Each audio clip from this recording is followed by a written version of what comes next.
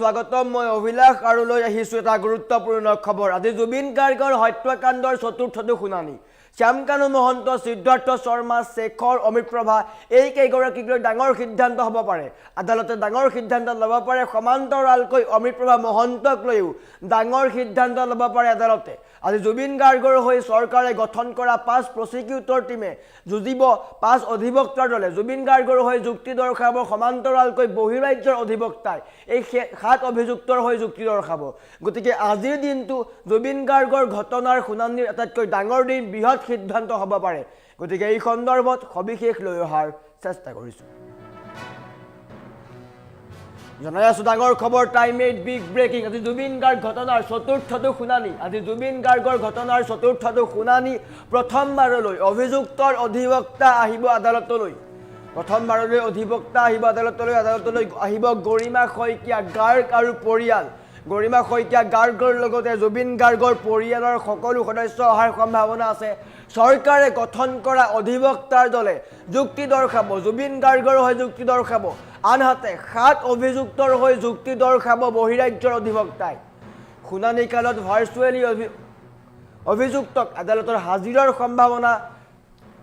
virtually তেওঁলোকক হাজিৰ কৰাৰ সম্ভাৱনা আছে বাক্সাৰ নিকাশী কাৰাগাৰত আছে মুখ্য অভিযুক্ত শ্যামকানু মহন্ত আৰু সিদ্ধাৰ্থ শৰ্মা আনহাতে হাফলং উপ কাৰাগাৰত আছে শেখৰ জ্যোতি গোস্বামী আৰু অমিত প্ৰভা মহন্ত আজি আদালতত নিৰ্ণয় হ'ব অমিত প্ৰভা আৰু নন্দেশ্বৰ বৰাৰ জামিনৰ শুনানিৰ ৰায় গতিকে আজিৰ শুনানি আজিৰ ডাঙৰ সিদ্ধান্ত হ'ব পাৰে জুবিন গাৰ্গৰ হত্যাকাণ্ডক লৈ ডাঙৰ সিদ্ধান্ত হ'ব পাৰে গতিকে সকলো ৰৈ আছে আজি প্ৰকৃত যুঁজ হ'ব জুবিন গাৰ্গৰ হত্যাকাণ্ডৰ বিৰুদ্ধে প্ৰকৃত যুঁজ হ'ব অভিযুক্তৰ বিৰুদ্ধে প্ৰকৃত যুঁজ হ'ব চৰকাৰে নিয়োগ কৰিছিলে 5 অধিবক্তাৰ দল 5 প্ৰসিকিউটৰ টিম ঘোষণা কৰিছিলে জুবিন গাৰ্গৰ হৈ যুঁজিবলৈ কিয়নো জুবিন গাৰ্গৰ হৈ যিসকলে যুঁজি আছিলে বহু ক্ষেত্ৰত পলম হোৱা দেখিবলৈ পোৱা গৈছিলে আদালতৰ যুঁজত বহুত পলম হোৱা দেখিবলৈ পোৱা গৈছিলে চৰকাৰলৈ আহ্বান কৰিছিলে যে এক দল ঘোষণা কৰিব লাগে টিম ঘোষণা কৰিব লাগে আৰু চৰকাৰে 5 প্ৰসিকিউটৰ টিম ঘোষণা কৰিছিল সেই কেইগৰাকী অধিবক্তাই জুবিন গাৰ্গৰ হৈ যুঁজিব আনহাতে বহিৰাজ্যৰ পৰা আহিব অভিযুক্তৰ হৈ যুক্তি দৰ্শোৱা অধিবক্তা গতিকে আজি ডাঙৰ দিন জুবিন গাৰ্গৰ মৃত্যুৰ ঘটনা বা জুবিন গাৰ্গৰ হত্যাকাণ্ডৰ ঘটনাৰ আজি চতুৰ্থটো শুনানি গতিকে আজিৰ ডাঙৰ সিদ্ধান্ত হ'ব পাৰে 7 অভিযুক্তক লৈ ডাঙৰ সিদ্ধান্ত আহিব পাৰে সকলোৱে অপেক্ষা কৰি আছে কি হ'ব আৰু বৰ্তমান সময়ত আজি জুবিন গাৰ্গৰ মৃত্যু বা জুবিন গাৰ্গৰ হত্যাকাণ্ডৰ চতুৰ্থটো শুনানি গতিকে সকলোৱে অপেক্ষা কৰি আছে কি হ'ব জুবিন গাৰ্গক লৈ জুবিন গাৰ্গে সঁচাকৈ ন্যায় লাভ কৰিবনে ছিংগাপুৰ আদালতে জুবিন গাৰ্গৰ মৃত্যু পানীত ডুবি হৈছিল বুলি উল্লেখ কৰিছে কিন্তু তাৰ সমান্তৰালকৈ বা তাৰ বিপৰীতে অসমে এই 7 গৰাকী অভিযুক্তক লৈ শুনানি চলাই আছে এই 7 গৰাকী অভিযুক্ত জুবিন কাণ্ডৰ অভিযুক্ত বুলি উল্লেখ কৰা হৈছে গতিকে এই কেইগৰাকীক লৈ আজি ডাঙৰ সিদ্ধান্ত হ'ব পাৰে আৰু জুবিন গাৰ্গৰ চতুৰ্থটো শুনানি কেইবাটাও শুনানি হৈ গৈছে তিনিটাকৈ শুনানিত স্পষ্ট হৈছিলে যে জুবিন গাৰ্গৰ হত্যাকাণ্ডৰ চাৰ্জশ্বিট দাখিলৰ পিছতেই 7 গৰাকী অভিযুক্তক লৈ আৰক্ষীয়ে ক্ষীপ্ৰ তদন্ত কৰিছিলে উচিত তথ্য আছে তাৰ ভিত্তিত এওঁলোকক জেলত ৰখা হৈছে কিন্তু বহিৰাজ্যৰ অধিবক্তাই এই কেইগৰাকী অভিযুক্তক লৈ যুক্তি দৰ্শাব তাৰ বিপৰীতে জুবিন গাৰ্গৰ হৈ যুক্তি দৰ্শাব চৰকাৰে গঠন কৰা 5 প্ৰসিকিউটৰ টিমে 5জনকৈ অধিবক্তাৰ দল নিযুক্তি দিয়া হৈছিলে জুবিন গাৰ্গক লৈ 5জনকৈ অধিবক্তাৰ দল নিযুক্তি দিয়া হৈছিলে ৰাজ্যপালে সেই ক্ষেত্ৰত অনুমোদনো জনাইছিলে গতিকে আজি প্ৰকৃত যুঁজ হ'ব জুবিন গাৰ্গৰ হত্যাকাণ্ড আজি প্ৰকৃত যুঁজ হ'ব 7 গৰাকী অভিযুক্তক লৈ ডাঙৰ খবৰ আহিব পাৰে ডাঙৰ সিদ্ধান্ত ল'ব পাৰে আদালতে কি হ'ব সিদ্ধান্ত তাক লৈ প্ৰতিগৰাকী অসমীয়া ৰৈ আছে কিয়নো 19 ছেপ্টেম্বৰৰ পৰা প্ৰতিগৰাকী অসমীয়া ৰৈ আছে জুবিন গাৰ্গে ন্যায় লাভ কৰিব কেতিয়া আৰু আজি হয়তো 7 অভিযুক্তক লৈ ডাঙৰ খবৰ আহিব পাৰে বিশেষকৈ অমিত প্ৰভা মহন্তক লৈও ডাঙৰ সিদ্ধান্ত ল'ব পাৰে কি হ'ব জামিন লাভ কৰিব নে জেলত থাকিব সেই ক্ষেত্ৰত কিন্তু ডাঙৰ সিদ্ধান্ত হ'ব পাৰে গতিকে আজি জুবিন গাৰ্গৰ হত্যাকাণ্ডৰ শুনানি ডাঙৰ দিন আজি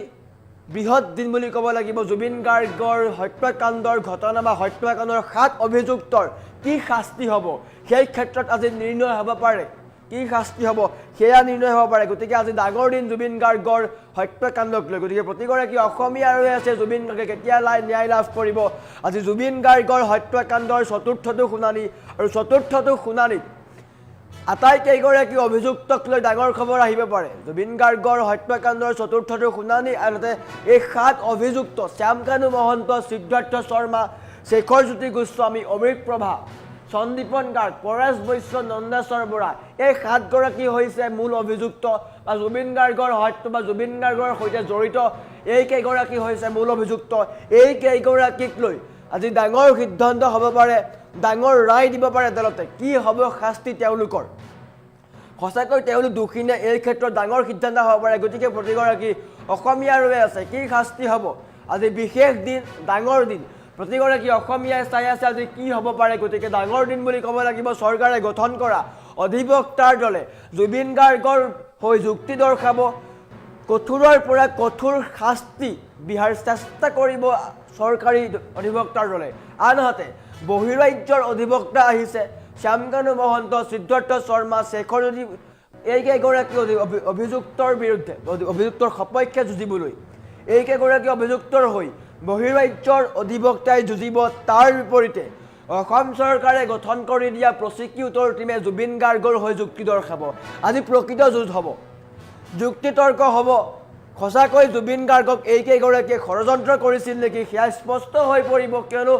জুবিন গাৰ্গৰ হৈ পোনপটীয়াকৈ যুঁজিব 5জনকৈ অধিবক্তাই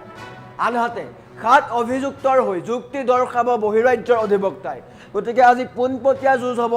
কি হ'ব সেই পিছত হ'ব কিন্তু জুবিন গাৰ্গক লৈ হয়তো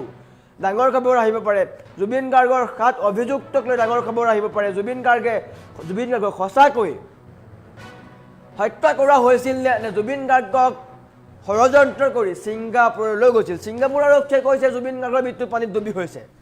অত্যধিক সুৰাপান কৰা আৰু লাইফ জেকেট পিন্ধাৰ কাৰণে জুবিন গাৰ্গৰ মৃত্যু হৈছিল বুলি উল্লেখ কৰিছে ছিংগাপুৰ পুলিচে কিন্তু জুবিন গাৰ্গক অত্যধিক সুৰা কোনে সেৱন কৰাইছিল সেয়া প্ৰশ্ন উত্থাপন হ'ব জুবিন গাৰ্গক স্বাভাৱিকতকৈ 400 গুণ বেছি সুৰা কোনে কৰোৱাইছিল সেয়া প্ৰশ্ন লক্ষণীয় হ'ব জুবিন গাৰ্গৰ দেহত পোৱা গৈছিল 333 মিলিগ্ৰাম সুৰা ইমান সুৰা যি সুৰা স্বাভাৱিকতকৈ 400 গুণ বেছি অত্যধিক মাত্ৰাত সুৰা কোনে সেৱন কৰাইছিল সেইটো লক্ষণীয় হ'ব জুবিন গাৰ্গক সঁচাকৈ সেইসমূহ পৰিকল্পনা আছিল নেকি নিশ্চয়কৈ জুবিন গাৰ্গৰ মৃত্যু পানীত ডুবি হ'ব পাৰে কিন্তু জুবিন গাৰ্গক অত্যধিক সুৰা খুৱাই পানীত নামিবলৈ দিয়া কাণ্ডটো সেইটো নিশ্চয়কৈ দুৰ্ঘটনা হ'ব নোৱাৰে সেইটো কেতিয়াও হয়তো পৰিকল্পনা হেতু হ'ব পাৰে গতিকে সেই ক্ষেত্ৰতো ডাঙৰ সিদ্ধান্ত হ'ব পাৰে আদালতত অধিবক্তাই যুক্তি দৰ্শাব কি হ'ব সিদ্ধান্ত কি নহ'ব সিদ্ধান্ত তাক লৈ সকলো অপেক্ষাৰে ৰৈ আছে গতিকে প্ৰতিগৰাকী অসমীয়া ৰৈ আছে আজিৰ দিনটোৰ কাৰণে আজি হয়তো ডাঙৰ সিদ্ধান্ত ল'ব পাৰে আদালতে বিশেষ সিদ্ধান্ত দিব পাৰে